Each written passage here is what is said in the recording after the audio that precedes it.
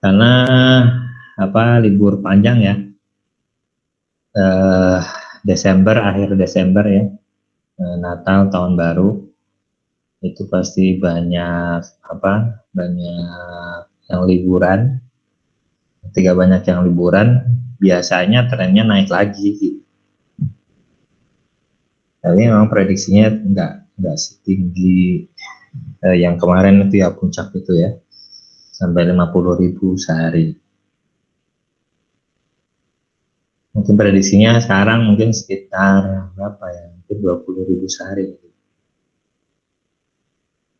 Tetap waspada aja ya, meskipun udah vaksin ya, tetap waspada, karena katanya juga ada umurnya ya, antibodi kita nih harus di booster lagi katanya, atau booster yang ketiga ya, mudah-mudahan udah imun lah, mudah-mudahan udah nggak perlu vaksin lagi, sudah terbentuk sendiri kayak flu kayaknya. Cuma memang kalau flu kan kalau sekarang nggak parah lah ya. Zaman dulu flu parah juga, awal-awal ada penyakit flu.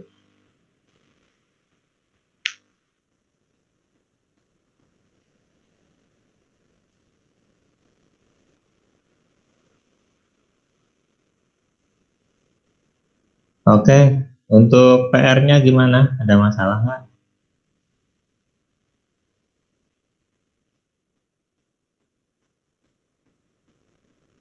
Halo?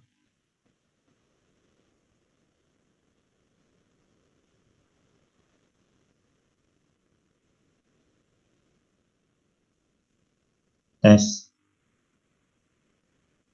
Kalau saya kedengeran? Ada Pak, masuk. Saya kemarin kasih PR ya. Iya Pak.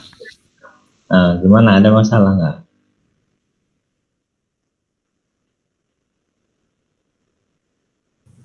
Insya Allah bisa Pak, kemarin ngerjainnya. Bisa? Ngerti semua? Kalau nggak ngerti, bilang aja ya.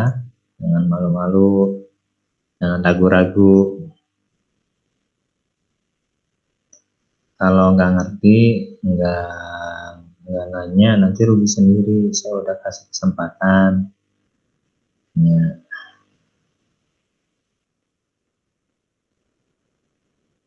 Kemarin kan sudah yang Vivo ya, kemudian transfer in ya, sudah ya, jurnalnya.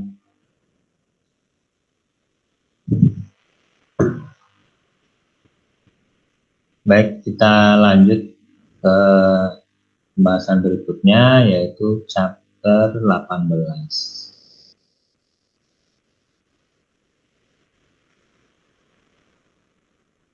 Ini kemarin chapter 17, sekarang chapter 18.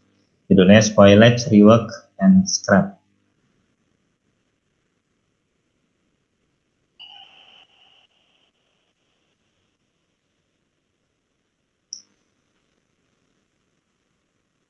Oke, kita berkenalan dulu dengan istilah-istilah tadi. Ada istilah spoilage, ada istilah rework, ada istilah scrap. Apa itu?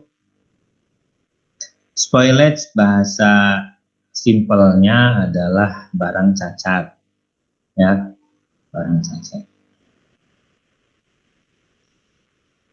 Barang cacat adalah barang yang dihasilkan yang tidak sesuai atau tidak memenuhi kualifikasi standar, ya. Atau kalau di sini do not meet the specifications required by customers for good unit and that are discarded or sold for reduced price. Jadi barang cacat ini tidak memenuhi harapan konsumen. Dan mengenal barang cacat, konsumen pasti mengharapkan barang itu bagus. Ya. Jadi kalau saya lebih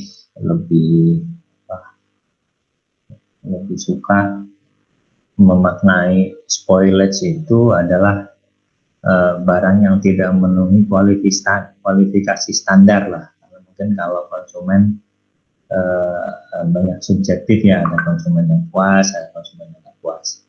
Tapi yang menjadi acuan adalah kualifikasi standar. Perusahaan harus memiliki standar. Ya. Standarnya seperti apa sehingga ketika tidak memenuhi standar perusahaan, maka barang tersebut seharusnya tidak diberikan ke konsumen.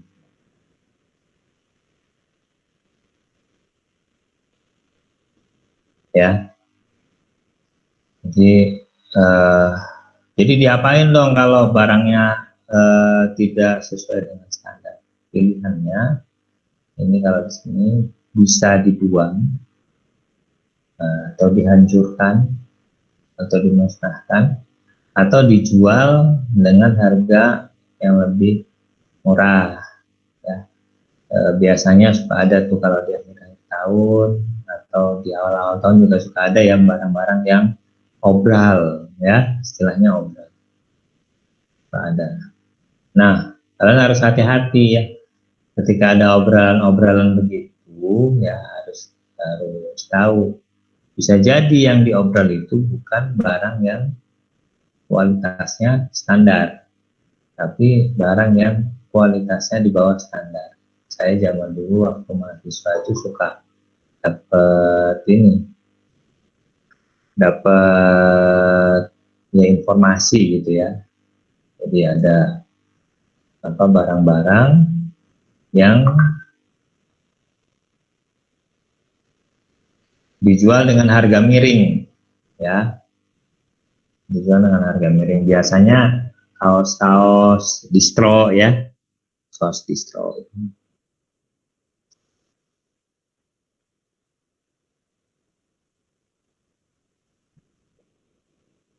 Nah, bisa jadi namanya nggak standar itu macam-macam, ya, kesalahannya macam-macam. Kadang-kadang ada pada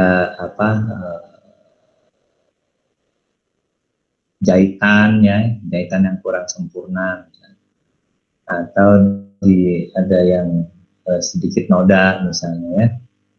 Jadi di kainnya, jadi baju baru, tapi mungkin pas lagi proses dia kena noda dan sulit dihilangkan misalnya nodanya, ya, noda tinta atau apa sedikit.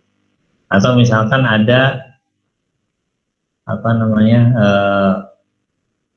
pola kain yang nggak sempurna, potongannya nggak sempurna, sehingga mungkin bajunya sedikit polanya itu kalau ada gambar atau ada motif itu kurang pas misalnya gitu ya. Ada yang begitu. Jadi bisa dijual dengan harga miring, ya, spoilage itu. Jadi intinya spoilage itu adalah barang cacat, ya, harus paham. Nah, yang kedua adalah reward. Nah, sebenarnya barang cacat tadi, ya, barang tidak sesuai dengan kualifikasi standar, sebenarnya ada pilihan lain, yaitu dengan diperbaiki. Ya, jadi tapi ini suka istilah spoilage ini suka dimaknai barang cacat yang dijual miring atau dibuang aja gitu ya. Padahal menurut saya namanya spoilage barang cacat itu ya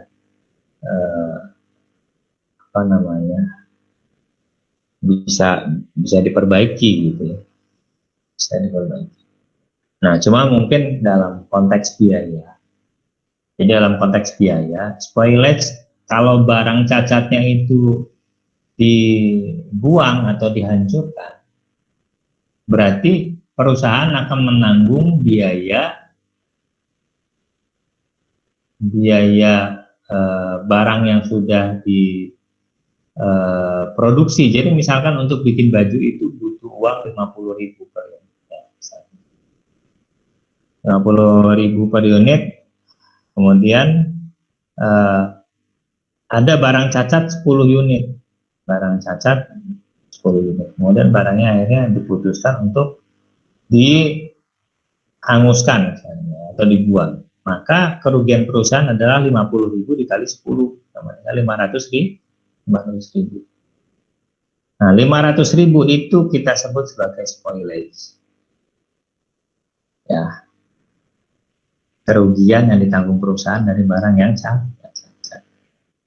Atau kalau misalnya spoilage itu misalkan dijual, misalkan tadi udah bikin 50.000 biayanya, kemudian dijual harga miring harga 20.000.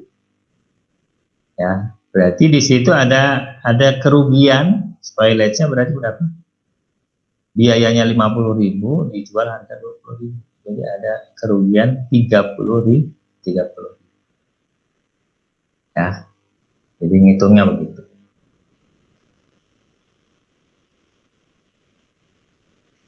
Terus spoilage. Nah, kalau rework itu biaya yang dikeluarkan untuk memperbaiki barang cacat tadi. Ya, jadi misalkan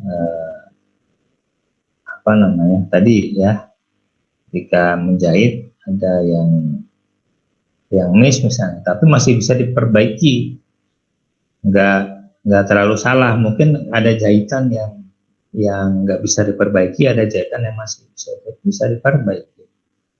Kan ada ya jahitan kalau misalkan udah salah miring, kalau dibongkar lagi kualitasnya udah nggak sama lagi, gitu ya. Kalau udah salah jahit, dibongkar, diperbaiki lagi, kualitasnya udah nggak sama lagi. Jadi ngapain dibenerin? Udah aja dijual miring, gitu ya. Tapi ada beberapa kesalahan atau kecacatan yang ketika diperbaiki dia bisa menjadi barang bagus lagi, gitu ya. Jadi misalkan yang salah tuh dicat, gitu ya. Orang mesen catnya warna hitam, gitu ya. Ternyata kita cat warna coklat. Nah, berarti di situ ada biaya tambahan, ya. Bisa dicat warna hitam sesuai dengan permintaan konsumen. Produknya juga bagus, gitu. Jadi hasilnya juga sesuai dengan. Jadi tidak berkurang kualitas produknya dengan menambahkan biaya rework. Jadi ketika misalkan salah warna ya, salah cat, nah itu bisa dicat ulang ya, dicat ulang, kualitasnya juga masih bagus. Tapi di situ ada biaya tambahan. Misalkan untuk tenaga kerjanya ya, ngecat ulang kan gitu ya, untuk biaya catnya ya, kemudian untuk overheadnya ada dan sebagainya ya. Jadi rework adalah biaya yang dikeluarkan untuk memperbaiki barang yang cacat menjadi barang yang bagus. Kemudian yang ketiga disebut scrap. Apa itu scrap? Yaitu sisa bahan. Jadi kalau kita ada di konveksi biasanya kan kita beli kain meteran, kemudian kita potong sesuai pola, ya. Nanti kan ketika kita potong, nanti ada sisa-sisa bahan ya, bahan. Nah, sisa-sisa bahan itu juga sama, bisa dijual, bisa juga mungkin dibuang, ya. Bisa dibuang, bisa dijual. Kalau sisa kain biasanya dijual buat bikin apa? Kalau sisa kain? Keset, Pak. Ya, betul. Bisa bikin keset. Ya. Saya pernah ini bagus juga ya. Pernah lihat di YouTube atau di TV atau di mana ya. Jadi ada seorang desain baju yang membuat berbagai macam baju, tapi konsepnya adalah nggak ada scrap. Bagaimana dia beli kain, kemudian dari pola yang ada gitu ya, dia potong-potong, tapi semua bahannya semaksimal mungkin dipakai. Jadi dia bikin desainnya begitu. Ya. Jadi sisa-sisa kain itu tetap dimanfaatkan untuk melengkapi atau menambah keindahan dari baju, sehingga scrapnya minim. Nah, dia mengatakan itu konsepnya konsep green lah ya, konsep ramah lingkungan. Jadi desain ramah lingkungan, karena ya mungkin dia taunya itu dibuang sehingga mengotori lingkungan. Padahal bisa juga sebenarnya beberapa mungkin scrapnya itu bisa dijual ya untuk headset, atau biasanya ada tuh untuk boneka. Kadang-kadang ya ada boneka yang isinya kain-kain bekas ya, ada apalagi mungkin jok ya, isian jok tempat tidur, mungkin juga ada yang isinya kain-kain bekas gitu. Nah, itu disebut scrap. Ada banyak ya scrap ya, kalau di usaha pemotongan kayu ada banyak scrap. Di di perusahaan misalkan daging gitu ya, mungkin tulang-tulang itu scrap gitu ya, sisa-sisa ya. Di perusahaan yang bikin nugget segala macam, ada tulang-tulang ayam, tulang-tulang sapi misalnya, itu menjadi scrap, sisa dari bahan. Dan banyak yang lain-lain ya scrap ya, contoh-contoh. Kalau mungkin yang di usaha mikro itu ada gorengan ya, gorengan itu nanti ada ada sisa bahan ini tuh ya, remah-remah itu ya, suka kadang dijual juga ya itu ya, pasti tepung-tepung itu bisa juga disebut scrap. Tapi sebenarnya scrap lebih mengacu ke bahan sih ya, bahan yang tersisa. Nah, ini juga sama konsepnya ya, jadi scrap itu meskipun bisa dijual, tentu harganya kan murah ya. Kain sama kain perca ya jelas lebih mahal kain utuh ya kan. Kan belinya kain utuh kemudian dipotong menghasilkan kain perca yang nilainya lebih rendah. Atau bahkan dibuang. Ya, jadi scrap itu secara manajemen kualitas itu kalau bisa diminimalisir ya. Jadi bukan diperbanyak. Artinya gini, kalau misalkan kamu beli kain bikin baju gitu ya, scrapnya banyak, berarti kamu nggak efisien ya nggak. Berarti bikin polanya itu boros kain ya, bikin polanya nggak bisa menghemat. Padahal kain itu kan dibeli ya, ada harganya. Jadi makin boros kan berarti makin besar biayanya. Artinya makin banyak scrap, makin besar biayanya. Scrap itu juga merupakan biaya. Ya, jadi spoilage, rework maupun scrap itu adalah biaya. Sehingga sebisa mungkin perusahaan itu harus meminimalisir ketiganya, spoilage, rework, dan scrap. Nah, sekarang bagaimana mencatat biaya untuk spoilage? Ya, akuntansinya gimana? Sekarang kita belajar akuntansinya. A certain amount of spoilage, rework, or scrap is inherent in many production process. Ada yang inherent itu bawaan. Jadi perusahaan sih sudah seefisien mungkin, tapi spoilage, rework, dan scrap itu memang nggak bisa dihindari. Ada yang disebutnya inherent.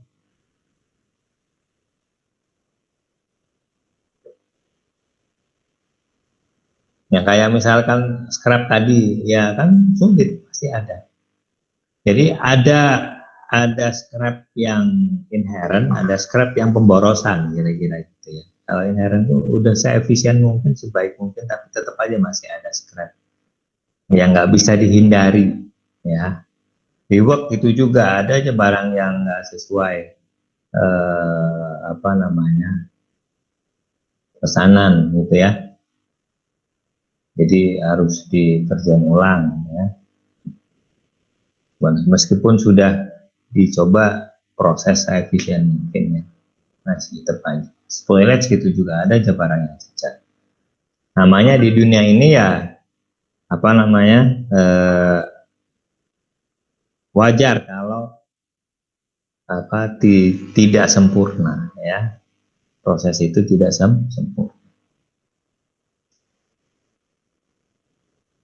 Berikutnya, accounting for spoilage aim to determine magnitude of spoilage cost and to distinguish between cost normal and abnormal spoilage. Jadi tujuan akuntansi untuk spoilage, rework, scrap, ya, itu tujuannya untuk mengukur berapa besar, sehingga manajemen itu nanti jadi aware of segini kegagalan. Jadi temanya kan tadi spoilage, rework, scrap itu kan kegagalan.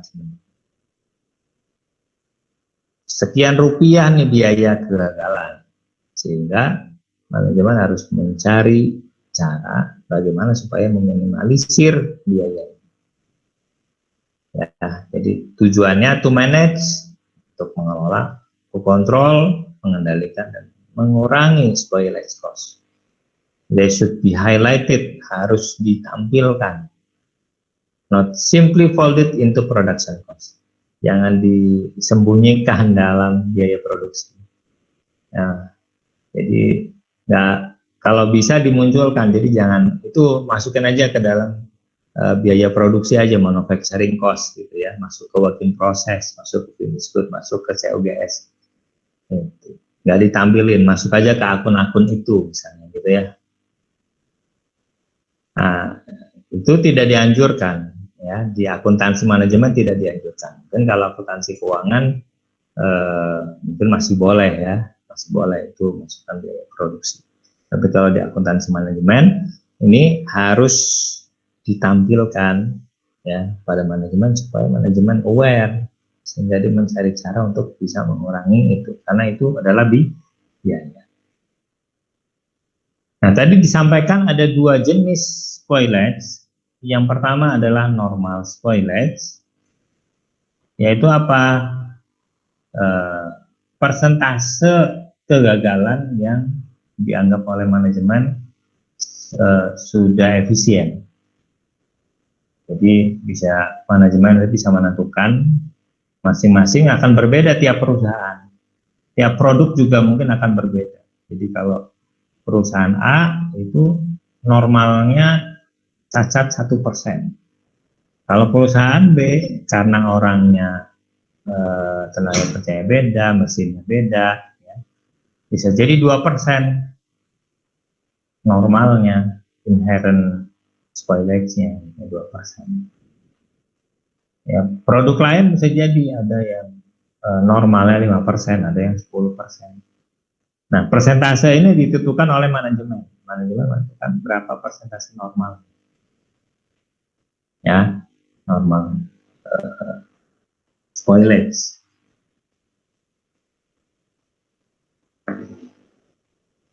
Sedangkan yang abnormal adalah sejumlah spoilage yang di atas batas normal tadi. Jadi misalkan perusahaan sudah menetapkan normalnya spoilage itu 1%. Ya, nah ini saat ada satu kejadian, misalnya satu periode itu tingkat spoilage-nya 3%. Ya. Maka kita katakan yang 1% adalah normal spoilage dan selebihnya yaitu 2% adalah abnormal spoilage. Nah, persentase itu ngambilnya dari mana? Persentase 1% dari apa? Dari total yang diproduksi? Bukan. Jadi persentase normal spoilage itu diambil dari barang yang bagus yang dihasilkan. Jadi persentasenya misalkan ini, dalam 1 bulan, ya, perusahaan memproduksi 1 juta unit, ya, 1 bulan produksi 1 juta unit. Kemudian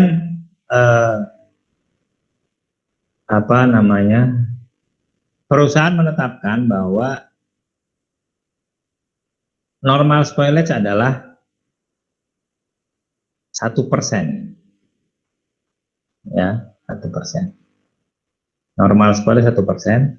Nah, pada periode tersebut, ya, dari 1 juta yang dihasilkan, ternyata ada 30.000 unit yang spoilage, yang cacat. Dari 1 juta ada 30.000 unit yang cacat.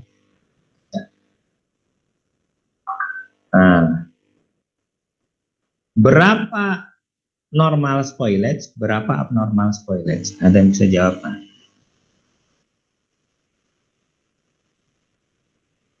saya ulangi ya, ini ke Excel ya. Coba kalian hitung, menurut kalian berapa normal spoilage, berapa abnormal spoilage ya?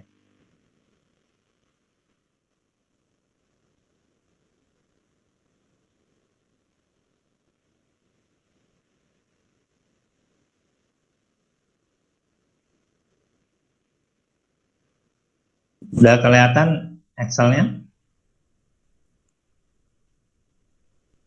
Gelap nggak? Hitam doang. Enggak ya. Oh, berarti saya stop dulu.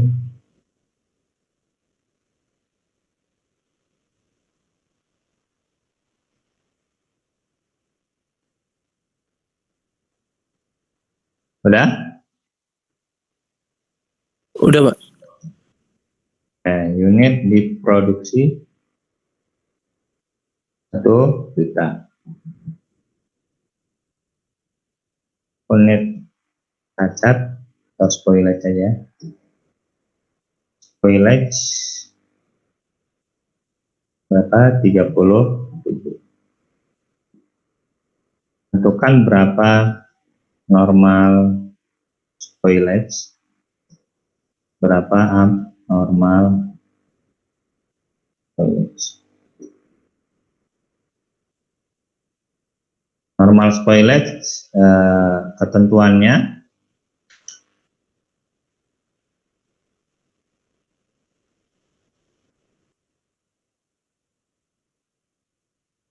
satu persen.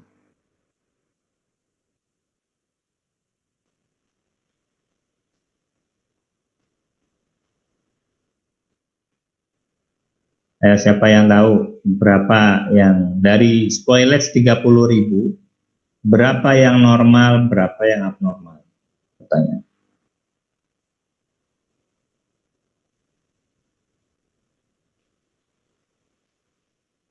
Saya Bapak tanya ya. Berapa? Siapa? Novi mau coba, Pak. Novi, oke, silakan Novi. Kalau normal spoilage-nya, kalau 1% berarti 1 juta dikali 1% nggak, Pak? 10.000. 10.000. Itu ya. 10.000 berarti abnormalnya berapa? Abnormalnya berarti yang lebih dari 10.000, Pak. Berapa? 30.000 dikurangi 10.000 nggak, Pak? 30.000 kurang 10.000. Setuju yang lain? Ada pendapat lain nggak?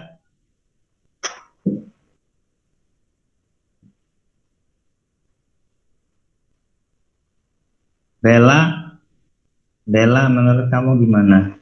Sama apa nggak sama Novi?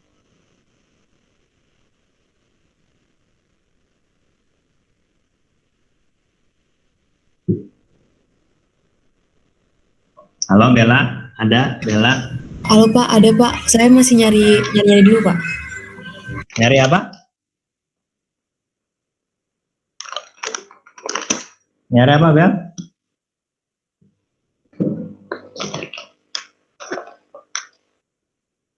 Nyari ballpoint.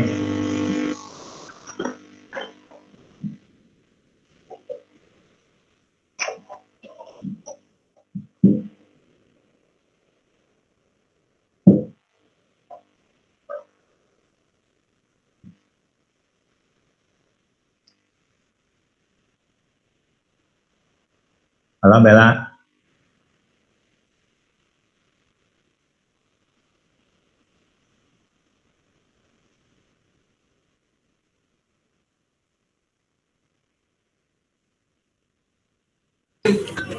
Bentar Pak, masih hitung Pak.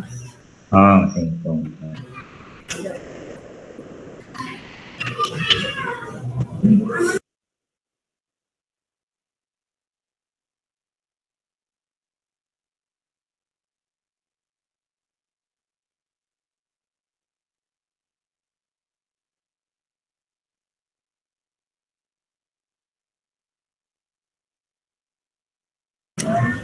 Punten Pak, kalau saya normal spoilage-nya itu 10.300 Pak.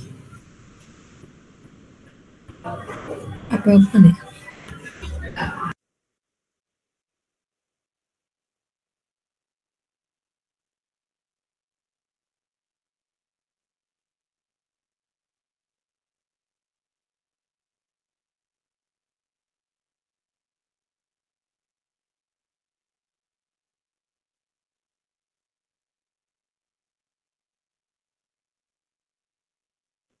$10.300 dari mana, Bel?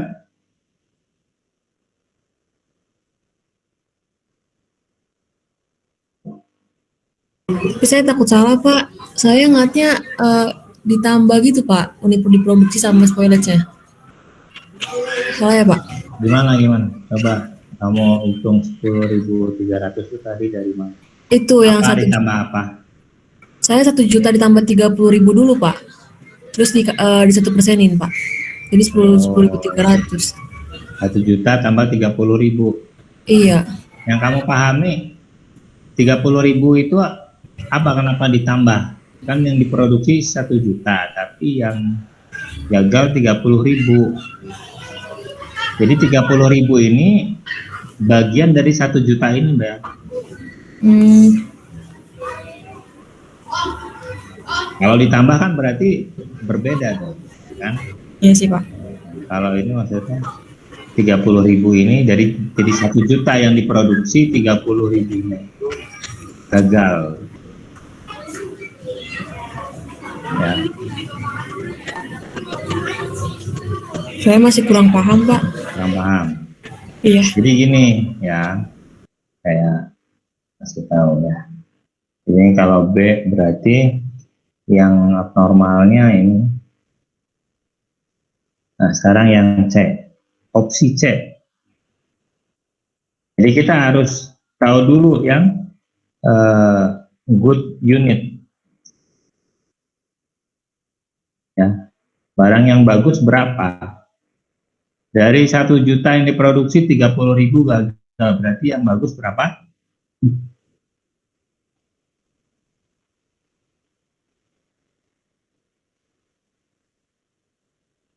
Rp970.000. Ya, 1 juta dikurang 30.000 ya. Jadi yang bagus 970.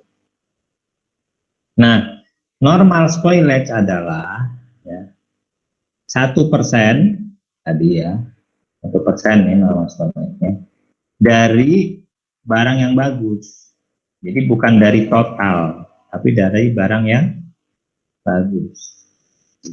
Nah, jadi yang normal spoilage adalah 9.700. Berarti yang abnormal adalah yang di atas 9.700. Kan total yang gagal 30.000 ya. Yang normalnya 9.700. Berarti yang abnormal adalah 30.000 dikurangi 9.700, yaitu 20.003. Jadi ini jawaban yang benar kayak gini. Bisa dipahami nggak? Ngerti nggak? Paham Pak. Paham ya? Bisa. Jadi ini kalau misalkan di sini 20.000 yang cacat, nah jadi kayak gini. Ya, jadi yang normal storage jadi 9.800 dan yang normal 10.200. Jadi selalu bahwa normal spoilage itu persentase dari good unit, dari barang yang bagus. Ya, karena apa? paradigmanya, cara pandangnya adalah bahwa barang yang normal, cacat atau cacat normal atau normal spoilage ini merupakan bawaan dari barang yang bagus.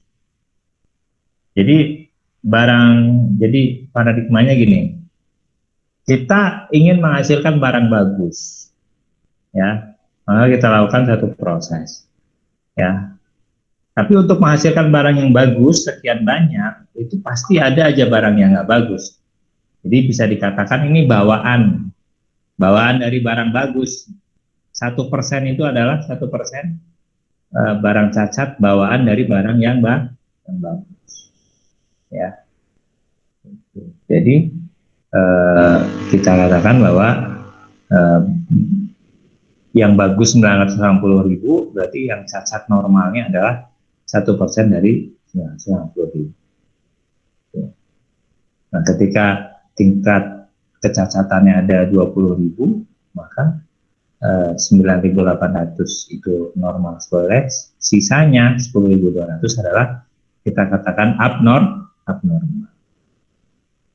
Jadi kita pandang bahwa kalau cacat 9.800 itu sebenarnya udah efisien. Ya. Jadi ini dari produksi yang efisien. Nah, yang 10.200 ini yang tidak efisien. Ya, ini yang tidak efisien.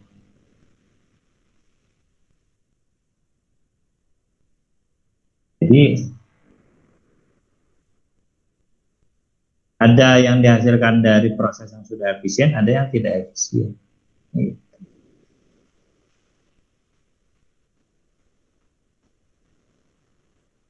Jadi kalau yang normal spoilage ya udah nggak bisa dikurangi lagi, namanya udah normal gitu ya. Sudah efisien, udah bagus nih. Jadi yang jadi PR manajemen itu yang ini, yang jadi PR manajemennya 10.200 kemarin bisa mengurangi yang ini. Kalau yang 9.800 memang udah efisien, udah bagus itu cacat segitu. Cacat 1% itu. Yang jadi PR, jadi yang perlu diperbaiki itu adalah yang 10.200. Paham ya? Oke, saya lanjutkan lagi.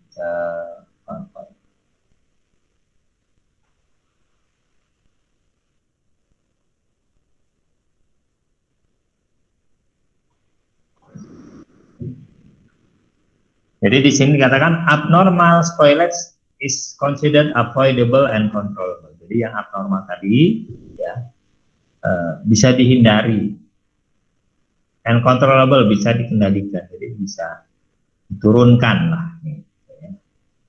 To highlight the effect of abnormal spoilage cost, companies calculate the units of abnormal spoilage and record the cost and the loss from abnormal spoilage account, which appears as a separate line on the income statement. Jadi untuk yang abnormal spoilage itu nanti dibikin akun khusus. Judulnya apa akunnya? Bisa kita katakan kerugian dari abnormal spoilage atau loss from abnormal spoilage. Jadi di akunnya dibikin akun khusus. Supaya apa dibikin akun? Supaya nanti muncul di laporan. Nah, sedangkan yang normal itu nanti akan menjadi biaya dari yang bagus. Biaya dibiayakan ke barang yang bagus, ke good unit, ya. Spoilage in process costing using weighted average and FIFO. Oke, ini ilustrasinya, ya. Ilustrasinya nanti ada di sini ya, di proses costing, ya, kita lihat.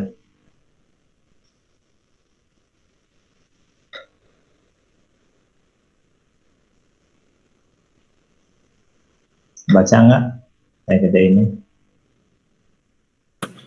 Kurang Pak, kurang jelas.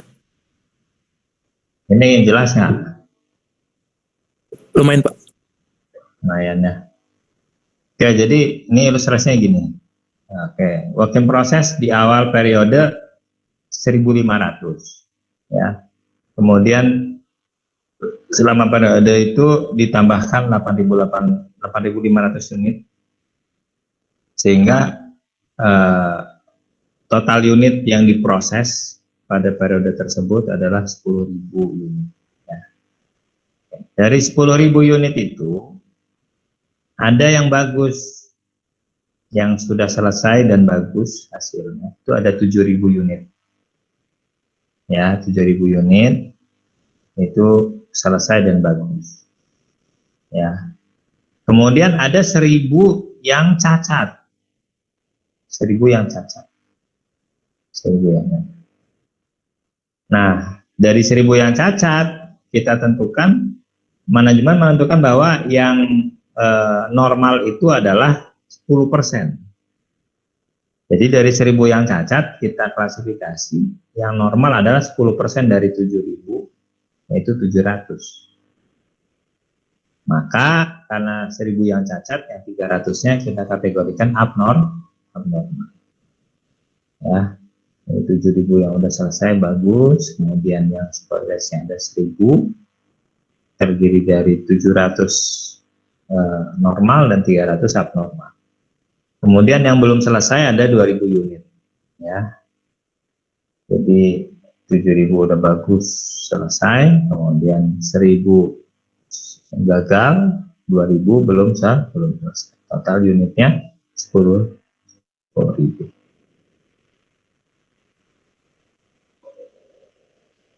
Nah, kemudian kita diminta hitung ini kan, berapa biayanya ya. Maka kita perlu hitung biaya per unit ya. Berapa biaya per unit ekuivalen ya. Ini dua kategori biaya, direct material dan conversion cost. Ya, kita pakai metode weighted average ya. Jadi biayanya udah bisa dicampur ya, sehingga unitnya juga bisa dicampur. Nah, untuk unit ekuivalen ya, yang udah selesai komplit pasti 100% ya, dari 7.000 unit, maka unit ekuivalennya juga 7.000. Kemudian yang cacat itu cacatnya ternyata di akhir proses baru diketahui, oh ini cacat. Jadi setelah selesai diproduksi, selesai kemudian kan dilakukan tes ya, atau dilakukan inspeksi atau pemeriksaan ya, di QA istilahnya ya, quality assurance ya, memastikan kualitas. Ternyata di akhir itu ketemu 1.000 yang nggak layak jual ya. Jadi sebenarnya yang dihasilkan tuh 8.000, yang udah selesai 8.000 sebenarnya. Tapi setelah dicek yang 1.000 itu nggak layak jual, sehingga yang 1.000 itu dikategorikan sebagai spoilers. Yang layak jual cuma 7.000 ya.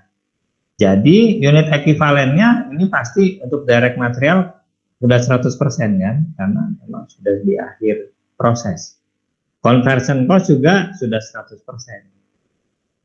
karena inspeksinya dilakukan di akhir proses. Berarti dia sudah mengkonsumsi sumber daya 100%. Kemudian untuk yang belum selesai 2.000 unit, di sini keterangannya bahan bakunya udah 100%, kemudian conversion cost-nya 50%, sehingga unit ekuivalennya untuk direct material totalnya 10.000, kemudian untuk conversion cost totalnya 9.000. Berikutnya kita lihat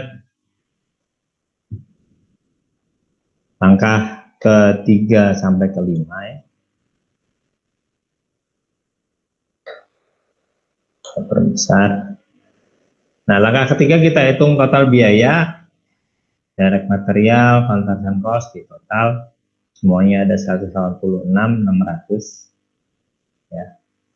Kemudian karena ini menggunakan weighted average, maka biaya di persediaan awal dan biaya yang ditambahkan itu bisa dijumlahkan.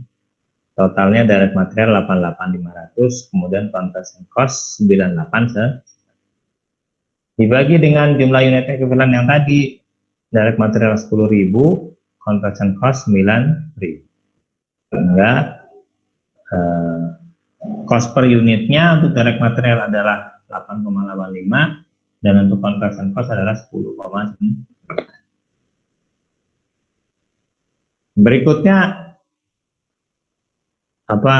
perhitungan biaya untuk output atau produk ya. Tadi produk ada yang sudah selesai bagus, ada 7.000 unit.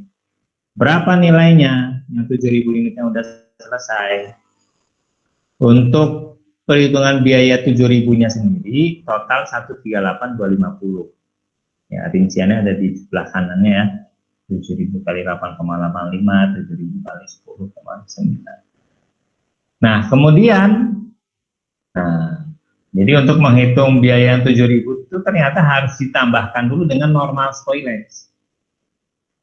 Jadi si normal spoilage itu akan dibiayakan ke unit yang bagus.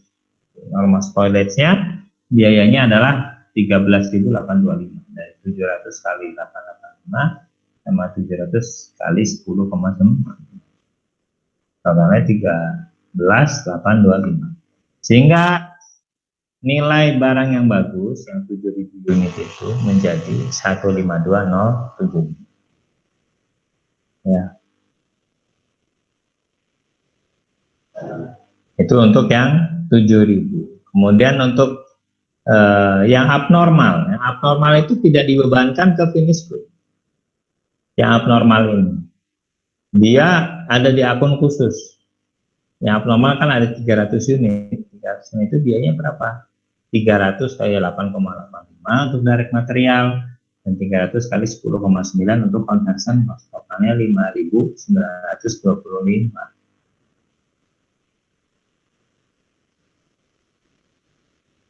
Ya, kemudian yang belum selesai work in process di akhir periode ada 2.000 unit, total biayanya 28.600. Ya, jadi barang yang bagus yang 7.000 unit tadi biayanya adalah 152.075. Kemudian barang yang belum selesai nilainya 28.600. Kemudian ada abnormal spoilage nilainya 5925. Totalnya 186.600 sama dengan yang di atas yang di inputnya. Oke, sampai sini ada pertanyaan?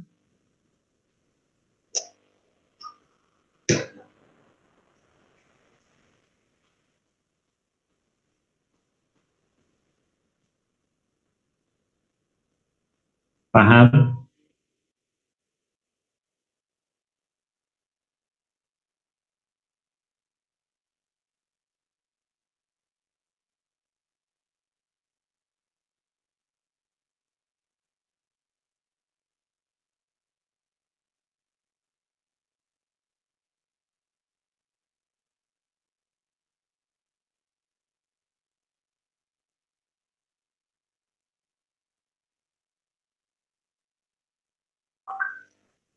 Gak ada pertanyaan?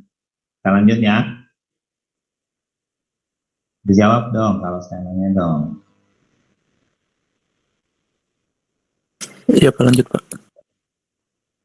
Sekarang untuk konteksnya kalau kita menggunakan FIFO, first in first out ya. Ini ilustrasinya. Supaya kalian lebih ngerti apa itu average, apa itu FIFO ya. Diulang lagi. Di awal 1.500, kemudian ditambahkan 8.500, total 10.000. Dari 10.000 ya, selesai 7.000 ya. Yang 7.000 itu dipecah jadi 2. 1.500 dari barang lama ya, diselesaikan dari persediaan awal disebut barang lama. Kemudian 5.500 berarti dari barang ya. Ini barang yang bagus. Kemudian yang normal, abnormal, kemudian work in process itu sama ya. Kemudian ini kalau FIFO dipisah antara barang lama sama barang baru. Ya, karena kita menggunakan FIFO, maka biayanya tidak bisa digabung antara biaya lama dan biaya baru, antara biaya yang ada di persediaan awal dengan biaya yang ditambahkan, tidak bisa digabung. Maka kita mencari biaya per unit untuk biaya yang ditambahkan saja. Biaya yang ditambahkan digunakan pertama untuk menyelesaikan persediaan awal atau barang lama. Bahan bakunya udah nggak perlu lagi sehingga 0, kemudian conversion cost-nya 600 ya, 600 dari mana?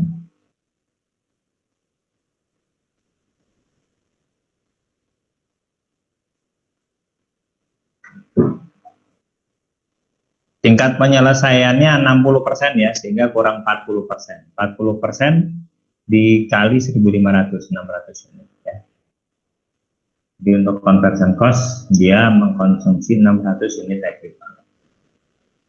Kemudian yang 5.500 karena dia barang baru, maka penyerapannya 100%, 100%, conversion cost 100%. Kemudian untuk normal toilet sama 700, kemudian kemas toilet 300, kemudian di akhir periode ini ya, ada 2.000 unit ya, 2.000 unit ekuivalen untuk direct material dan 1.000 unit ekuivalen untuk conversion cost. Kemudian langkah berikutnya, ini karena ini menggunakan FIFO ya, lihat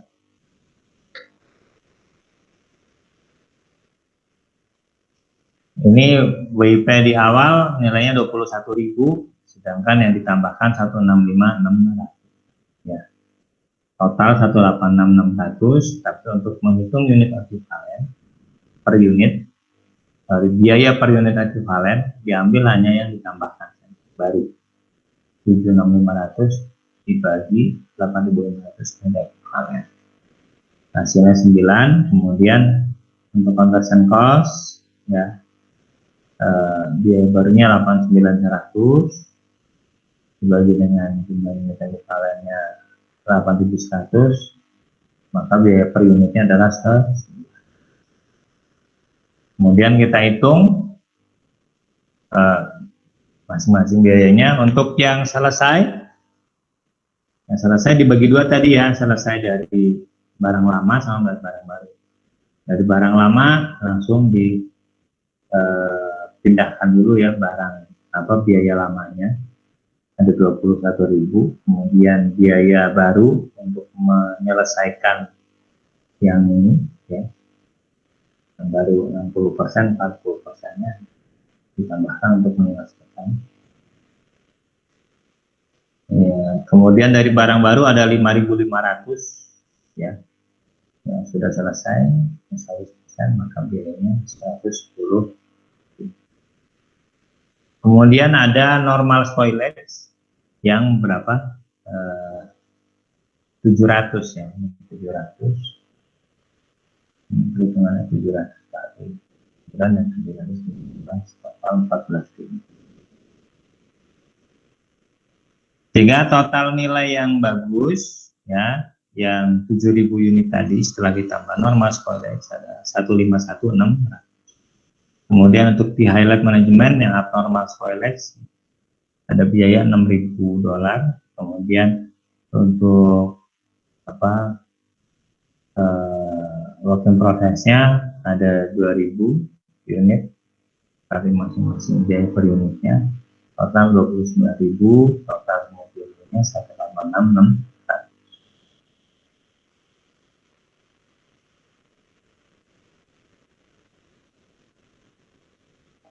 Ya, inspection point and allocating cost of normal spoilage. Oke, jadi umumnya memang pemeriksaan itu dilakukan di akhir proses ya, minimal itu. Jadi setelah selesai diproduksi ya, bagian quality assurance harus memastikan barangnya layak dijual apa enggak hasil produksinya. Ya. Minimal itu. Namun bisa aja perusahaan melakukan inspeksi, ya, melakukan pemeriksaan di tengah-tengah proses produksi. Tujuannya apa? Tujuannya supaya menghemat atau mengurangi biaya spoilage. Kalau di tengah-tengah produksi, maka si unit cacat ini kan tidak akan mengkonsumsi biaya berikutnya. Kalau udah cacat ya dibuang. Jadi kira-kira kalau misalkan ilustrasinya ya, kita bikin aqua di botol gitu. Nah, botolnya udah rusak ya, jangan diisi air. Langsung begitu botolnya ketahuan rusak, langsung dibuang. Karena kalau dia tetap diisi air segala macam gitu ya, nanti hasilnya cacat juga kan, biaya udah lebih besar. Ya. Maka kalau misalkan ditemukan kecacatan itu di tengah proses, ya, maka kita bisa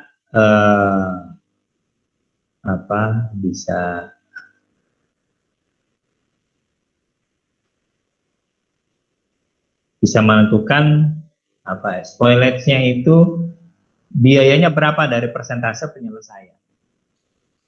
Ya, berapa biaya yang udah keluar. Jadi kalau misalkan spoilage-nya udah, bahan bakunya udah 100%, ya berarti biaya bahan baku masih.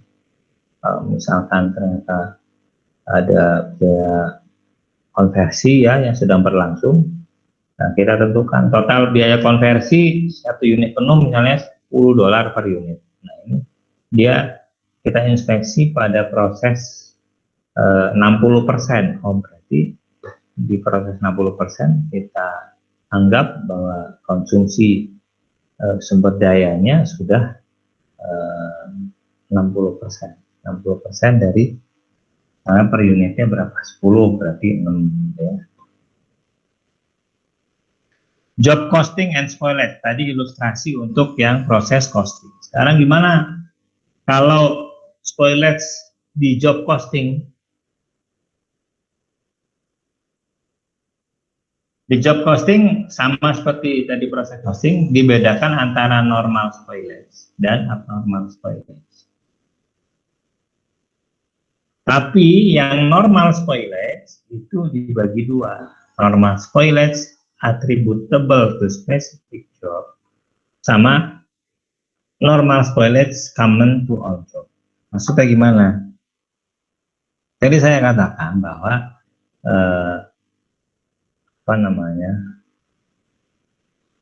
normal itu, tingkat normal spoilage itu tergantung pada produk-produknya, ya, juga tergantung pada perusahaannya, bisa jadi berbeda-beda namanya normal spoilage. Jadi misalkan di sini job, ya, itu ada job yang sederhana, ada job yang rumit. Ya, ada job yang sederhana, ada job yang rumit. Logikanya, ya, job yang rumit itu tingkat spoilage-nya lebih tinggi. Ya kan?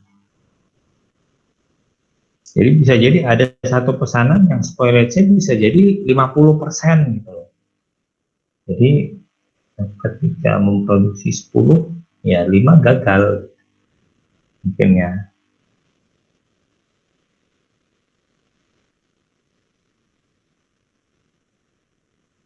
Nah, sedangkan perusahaan itu dia sendiri secara overall itu punya normal spoilage. Jadi overall untuk semua pesanan itu dia punya misalkan normalnya 5% misalnya. Ya, normal 5% untuk barang jasa. Tapi ada satu pesanan yang memang sangat rumit, ya, yang tingkat kegagalannya itu bisa mencapai misalkan berapa? 80% misalnya. Nah, yang rumitnya, ya, jadi 100 cuma 20 yang bagus, yang 80-nya nggak bagus. Nah, ini kan sudah di atas si job ini, tingkat kegagalannya udah di atas rata-rata perusahaan. Ya, nah ini pembedaannya sini. Jadi kalau untuk yang attributable to specific job, maka biaya spoilage-nya itu akan dibebankan di yang bersangkutan ya, sampai ke COGS-nya. Ya, normal. Untuk yang apa? Attributable to specific job. Tapi ada juga kan yang common to all job. Common to all job itu ya umum. Berapa persen? Job costing and accounting for normal spoilage attributable to specific job. Bagaimana akuntansinya? When spoilage occur because of the specification of particular job, the job bears the cost of spoilage minus the disposal of the spoilage. Jadi dia menanggung biaya kegagalan tadi. Dikurangi dengan disposal value. Jadi meskipun ada barang yang gagal, bisa jadi dia bisa dijual. Ya. Jadi hasil penjualan spoilage tadi akan mengurangi nilai spoilage atau biaya spoilage. Sekarang untuk yang normal spoilage common to all job. Bagaimana akuntansinya? Spoilage is costed as manufacturing overhead because it is common to all job. Jadi dimasukin dalam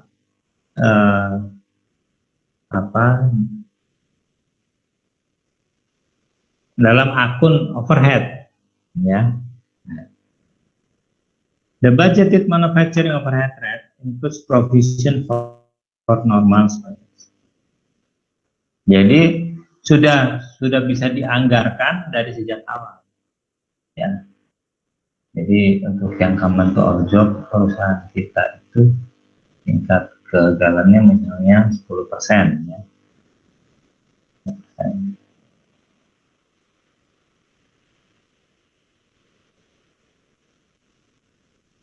Yang sudah diperkirakan 10%, biayanya berapa, maka dimasukkan dalam tarif overhead. Ya. Job costing and accounting for abnormal spoilage. Kalau untuk abnormal gimana? Untuk yang abnormal dicatat di akun loss from abnormal spoilage.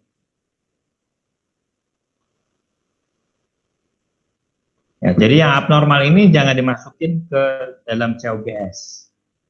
Karena abnormal itu kerugian sendiri ya, jadi dia tidak ikut dalam barang yang bagus, perlu evaluasi.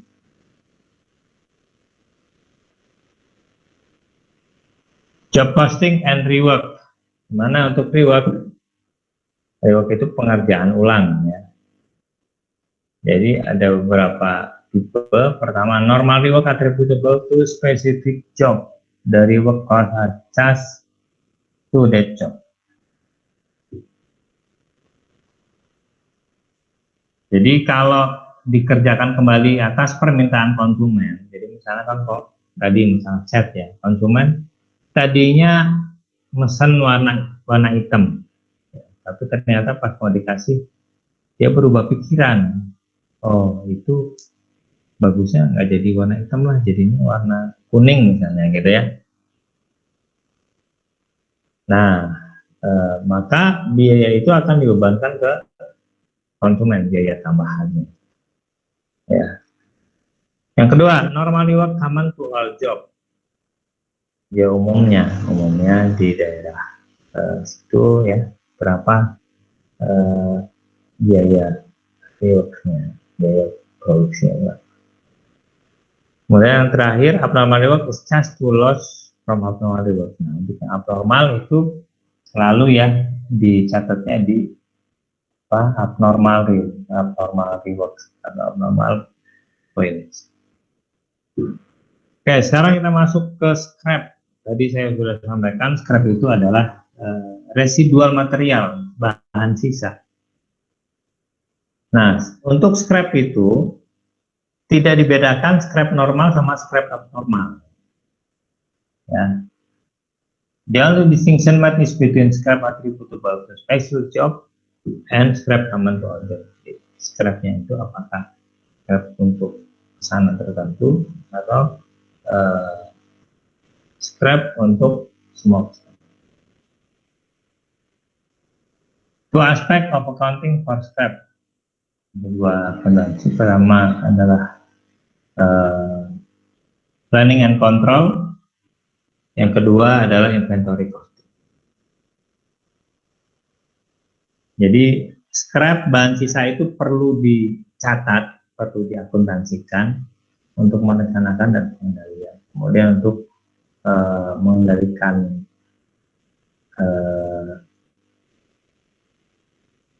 ini ya, mengendalikan scrap ya. Jadi jangan jangan banyak-banyak ya, dikontrol. Kemudian yang kedua untuk inventory costing, untuk menghitung inventory ya. Scrapnya itu harus dihitung karena ada scrap yang masuk ke inventory dulu baru dikumpulkan kemudian dijual. Ada scrap yang tidak bisa langsung dijual. Accounting for scrap attributable to specific job. Ini untuk yang job costing. Kalau ada scrap, scrapnya itu apakah turut dibelah hemat? Sorry.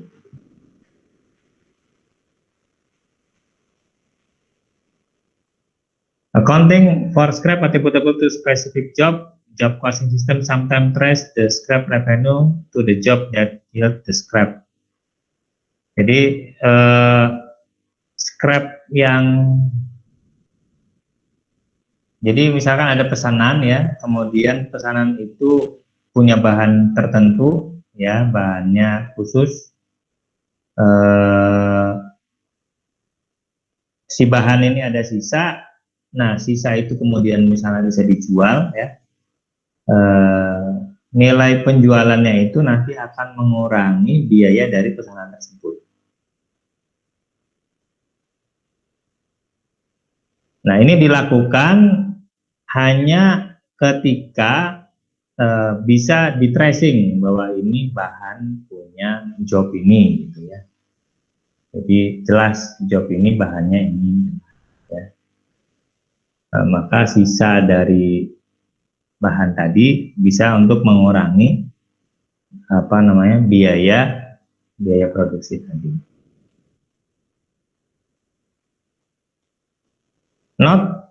No cost assigned to scrap, so no distinction is made between normal atau mass spoilage. Jadi karena nggak ada biaya scrap, jadi scrap itu sisa, nggak perlu dihitung. Ini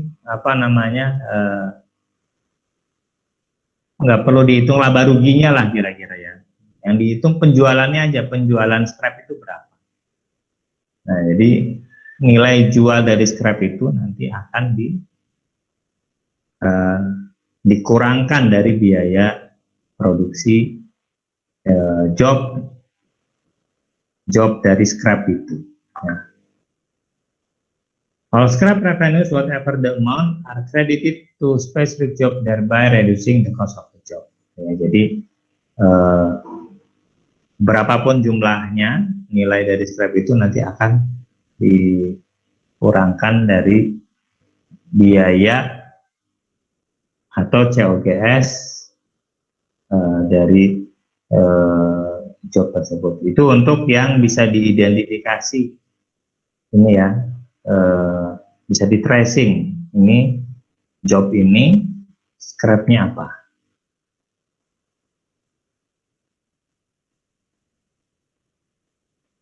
Kemudian accounting for scrap common to all job. Sedangkan kalau misalkan sisanya ini nggak bisa di tracing, ini sisa dari macam-macam ya. Misalkan kalau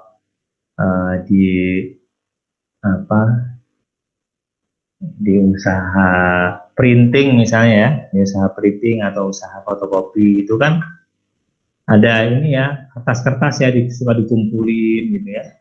Ada banyak pesan buku, pesan fotokopi, skripsi, jilid segala macam. Itu kan kertasnya ada banyak ya. Itu kertas-kertas itu kan nggak bisa kita tracing lagi. Ini kertas punya siapa, udah campur semua, ya. Maka sisa-sisa kertas, ya, itu nanti dijual, ya, dijual ada nilainya. Nah, itu nanti akan mengurangi overhead, ya, akan mengurangi biaya. All products bear production cost without any credit for scrap revenue except in an indirect manner. Ya, cara tidak langsung. Expected scrap revenues are considered when setting the budget manufacturing overhead rate. Jadi sudah dimasukkan dalam perhitungan biaya overhead ketika menentukan tarif overhead. Thus, it is lower than it would be if the overhead budget had not been reduced by expected scrap revenue. Overhead yang tadinya sekian, ketika kita sudah bisa memprediksi scrapnya sekian, maka overheadnya akan lebih rendah. Ya. Accounting for scrap at the time of production.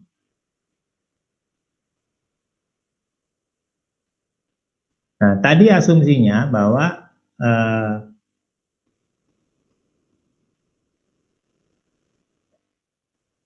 scrap itu bisa langsung dijual, ya. Scrap itu begitu ada langsung bisa dijual. Namun demikian, ya, bisa jadi scrap itu harus disimpan dulu.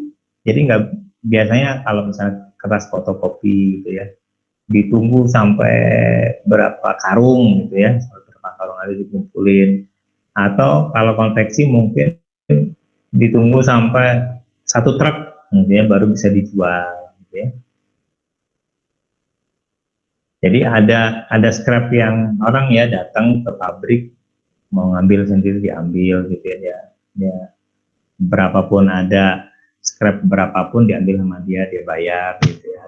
Dan juga harus dikumpulin sampai 1 truk, nanti ada truk yang datang baru dibawa.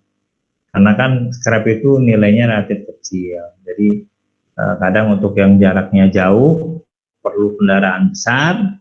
Kalau bawanya sedikit kan sayang, maka harus dikumpulin banyak dulu. Setelah banyak baru nanti diangkut. Ya.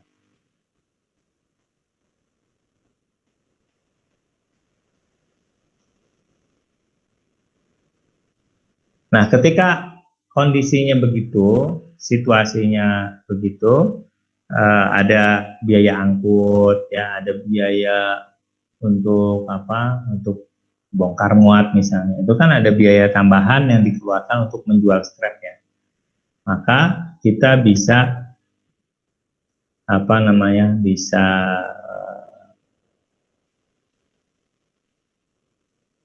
bisa menilainya dengan estimate of net realizable value. Net realizable value adalah sales dikurangi dengan biaya penjualan, ya.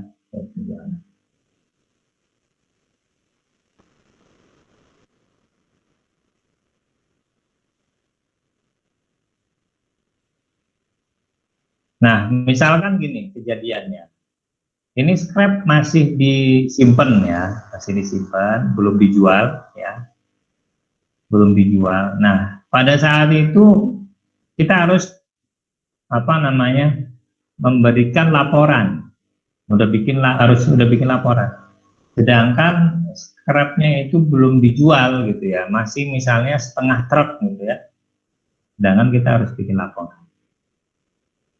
Ya. Nah, bisa jadi kejadiannya seperti itu. Nah, kita harus bisa memprediksi ini kalau setengah truk nilainya berapa. Ya, kita pakai tadi net realizable value ya. Kalau 1 truk nilainya berapa, biayanya berapa. Ini kalau setengah truk, ini ada scrap setengah truk, maka nilainya berapa. Jadi kita bisa mengakuinya sebelum penjualan ya. Nah, di mana scrap untuk proses costing? Accounting for scrap under process costing is similar to accounting under job costing when scrap is common to all job. Jadi scrap untuk yang di proses costing itu berarti masuknya ke overhead. Ya. Biasanya banyak yang proses costing itu yang banyak scrapnya ya. Ya, mungkin banyak banget ya. Misalkan kita bikin apa aja lah. Mungkin bikin plastik, bikin hampir semua produk ya, bikin spidol, bikin tulis, pasti ada scrap-scrapnya.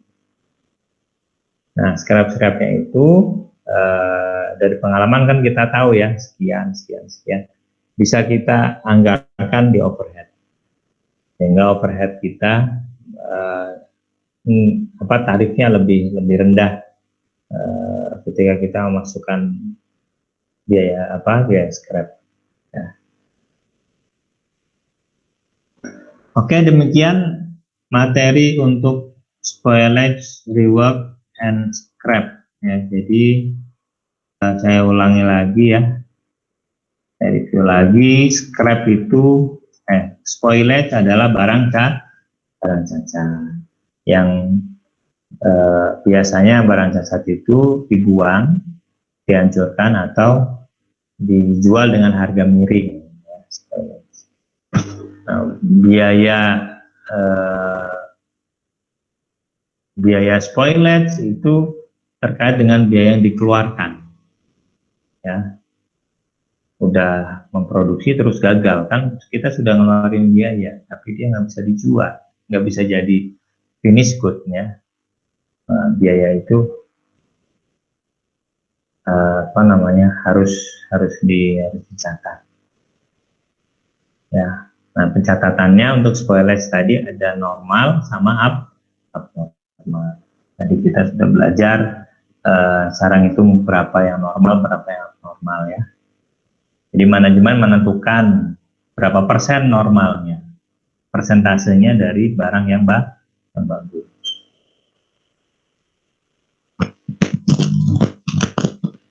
Kemudian reward itu biaya tambahan untuk memperbaiki barang yang cacat, barang yang tidak bagus, supaya dia menjadi bagus lagi.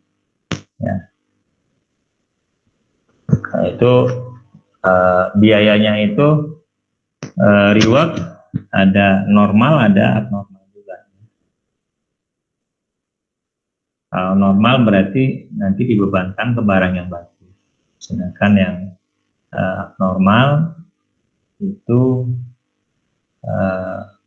masuk dalam akun loss, ya, loss from abnormal spoilage atau loss from abnormal reward.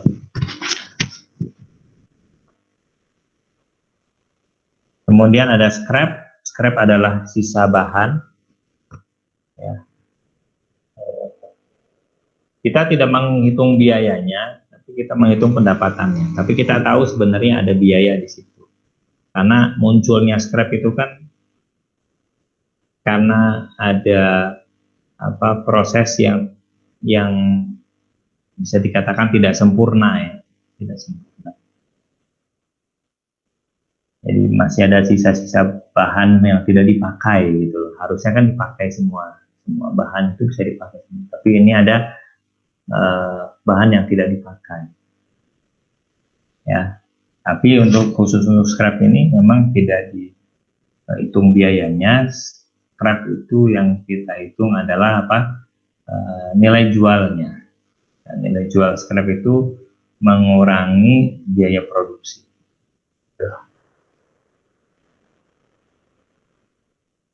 Ya, jadi ini dalam konteks biaya kualitas. Jadi ini kita sebut akuntansi ini adalah akuntansi biaya kualitas. Ya.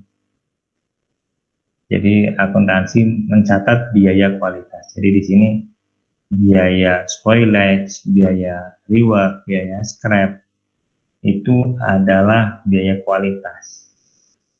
Ya. Biaya kualitas itu adalah secara definisi ya, biaya akibat perusahaan tidak menghasilkan atau gagal menghasilkan produk yang sesuai standar. Ya, akibatnya tadi biaya yang udah dikeluarkan untuk produksi hilang, ya kan? Itu biaya. Biaya kalau misalnya masih diperbaiki, bisa diperbaiki, tapi ada biaya tambahan, berarti ada biaya untuk memperbaiki, rework ya. Kemudian bahan yang tidak terpakai itu biaya, ya. Tapi nilainya dikurangi dengan nilai jual. Jadi ini biaya karena perusahaan tidak sempurna atau tidak menghasilkan barang sesuai dengan standar. Nah, lebih parahnya itu ya, kalau misalkan barang cacat ini sampai ke konsumen. Kalau sampai ke konsumen, barang cacat, biayanya nambah lagi tuh. Ya, ada klaim garansi, ya, ada minta tuker, ada biaya perbaikan. Kalau misalkan udah nyampe konsumen kan minta servis ya, servis garansi ya, ada biaya tambahan, biaya kirim segala macam, biaya administrasi ya untuk urusan garansi ini ya. Terus juga kalau misalkan konsumen dapat barang gagal, barang cacat, wah dia ngomong kemana-mana, itu juga biaya buat perusahaan. Jadi orang yang tadinya mau beli barang kita nggak jadi beli karena dia dengar kalau di marketplace komentar ya, komentar yang negatif. Tadi mau beli bagus barang, begitu lihat komentar barangnya dia ada yang dapat cacat gitu kan, nggak jadi beli isi dapat. Nah itu kan biaya yang disebut opportunity cost, biaya kesempatan. Tadinya perusahaan berkesempatan dapat laba ya karena barang cacat sampai ke konsumen, konsumen itu bilang-bilang ke orang lain ya kan, ngasih komentar jelek, jadi nggak jadi dapat keuntungan perusahaan. Itu kan ada kesempatan yang hilang ya, namanya opportunity cost ya. Nah, akibat kegagalan tadi, selama dia belum nyampe ke tangan konsumen ya, jadi yang spoilage, rework, scrap itu belum nyampe ke tangan konsumen barang cacatnya, itu disebut dengan internal failure cost, biaya kegagalan internal. Nah, kalau udah sampai ke konsumen, biaya garansi, biaya kantor, customer service, administrasi, penggantian, transportasi, dan lain sebagainya ya, itu masuk tadi, termasuk yang tadi ya, yang opportunity cost ya, itu masuk dalam kategori external failure cost, biaya kegagalan eksternal. Jadi ada dua akibatnya itu ya, kegagalan yang sifatnya internal dan sifatnya eksternal. Nah, supaya biaya kegagalan ini minimum, maka perusahaan harus melakukan langkah-langkah perbaikan. Perbaikannya ada dua macam, ada dua ya. Pertama, tindakan pencegahan. Yang kedua adalah tindakan penilaian. Jadi supaya barang cacatnya itu berkurang, perusahaan melakukan pencegahan-pencegahan. Ini kenapa sih barang itu cacat? Oh, bahannya kurang bagus. Berarti bahan harus diperiksa. Ada aktivitas pemeriksaan bahan, nambah biaya. Nah, untuk pencegahan itu ya ada biayanya. Biaya untuk pencegahan disebut dengan prevention cost, biaya pencegahan. Ya, itu berarti masuk juga dalam biaya kualitas, biaya pencegahan. Tapi konsepnya gini, kalau kita ngeluarin biaya pencegahan ya, maka harapannya biaya kegagalan internal dan biaya kegagalan eksternal jadi turun gitu loh. Ya, kita harapkan kenaikan di biaya pencegahan akan signifikan menurunkan biaya kegagalan internal dan biaya kegagalan eksternal. Ya. Yang kedua ya penilaian, aktivitas penilaian. Jadi supaya barang cacat itu nggak dikirim ke konsumen, ya di ini ya, di assure ya, diyakinkan, dites segala macam gitu ya. Jadi kalau lampu itu harus dites nyala apa enggak, bener nyalanya nggak redup gitu. Kalau misalkan dites nggak nyala, ya jangan kirim ke konsumen ya. Lampu nggak nyala kirim ke konsumen, ya pasti biaya lagi ke. Jadi harus dites dulu. Nah biaya untuk ngetes itu ya termasuk biaya kualitas juga. Harapannya apa? Kalau apa inspeksinya itu ada biaya untuk inspeksi, harapannya external failure cost-nya turun, ya kan? Jadi yang nyampe ke konsumen jadi barang-barang bagus lah, sehingga nanti omongan jadi bagus, komentarnya bagus, nggak ada komentar yang enggak. Ya. Jadi kalau kita simpulkan biaya kualitas itu ada 4. Yang pertama biaya pencegahan, yang kedua adalah biaya penilaian, ya, pencegahan prevention cost, penilaian appraisal cost.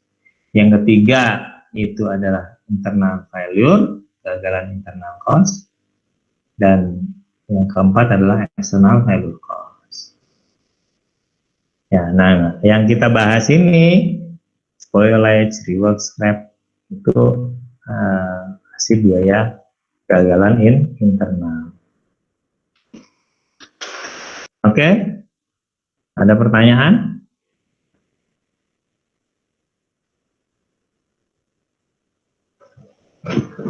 Dari saya udah cukup, Pak. Cukup? Kalau sudah itu. Yang lain gimana? Yang lain, yuk. Bapak, tadi saya ada yang kelewat, Bapak izin bertanya. Ya. Yang normal spoilage common itu kan tadi masuknya ke dalam akun OP. Kalau yang normal spoilage attributable tadi kemana ya Pak? Maaf. Attributable to specific job, berarti masuknya ke work in process job tersebut. Oke, terima kasih Kalau Bapak. attributable kan berarti kita bisa tracing ya, kita bisa tracing dia punyanya siapa. Jadi kalau attributable itu berarti bisa dikaitkan, bahasa Indonesia gitu, bisa dikaitkan dengan job tertentu. Oh berarti dia masuk dalam biaya job tersebut. Biayanya masuk mana ya? Ke work in process-nya, nanti ke finish good-nya, nanti ke COGS-nya. Ya. Jadi langsung ke sana. Jadi hanya dibebankan ke job tersebut. Kalau yang common kan nggak bisa di tracing ke mana nih, ini punya siapa nih biayanya gitu kan. Maka masukin aja ke overhead. Gitu ya. Jadi kayak yang attributable to tracing ya. Kalau yang common itu allocating ya, direct sama indirect. Gitu. Gimana? Paham? Ya Pak. Oke, ada lagi pertanyaan?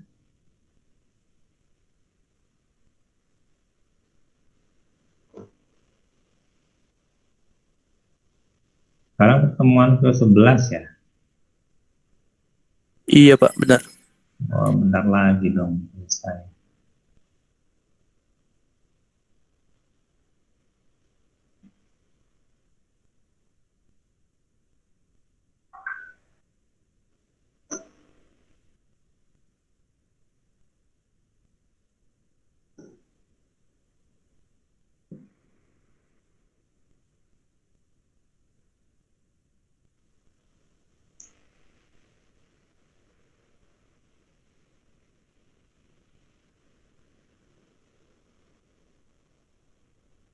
Oke, silakan di absen. Absennya sudah saya buka. Sekarang untuk PR-nya.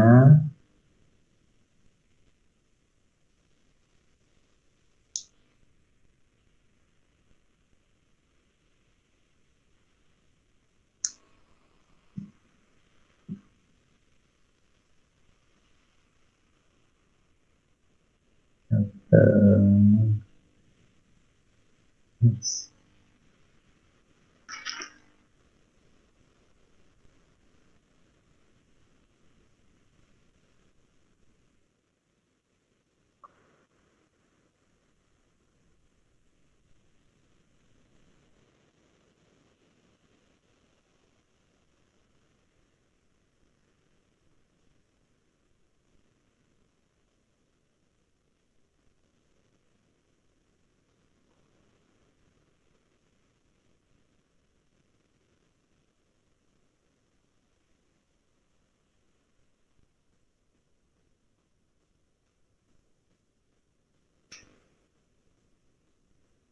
PR-nya adalah 1932, 1933, dan 1934. Ya, 3 soal ya, 32, 33, 34.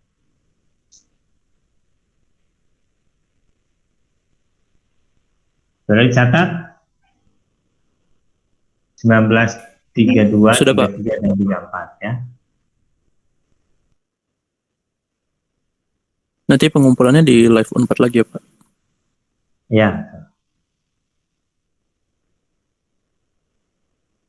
Oke ya. Demikian pertemuan hari ini. Sampai ketemu minggu depan. Terima kasih. Assalamualaikum warahmatullahi wabarakatuh. Waalaikumsalam Makasih, Pak. warahmatullahi wabarakatuh. Makasih Pak. Terima kasih banyak, Pak. Sehat selalu Pak. Ya, nuhun.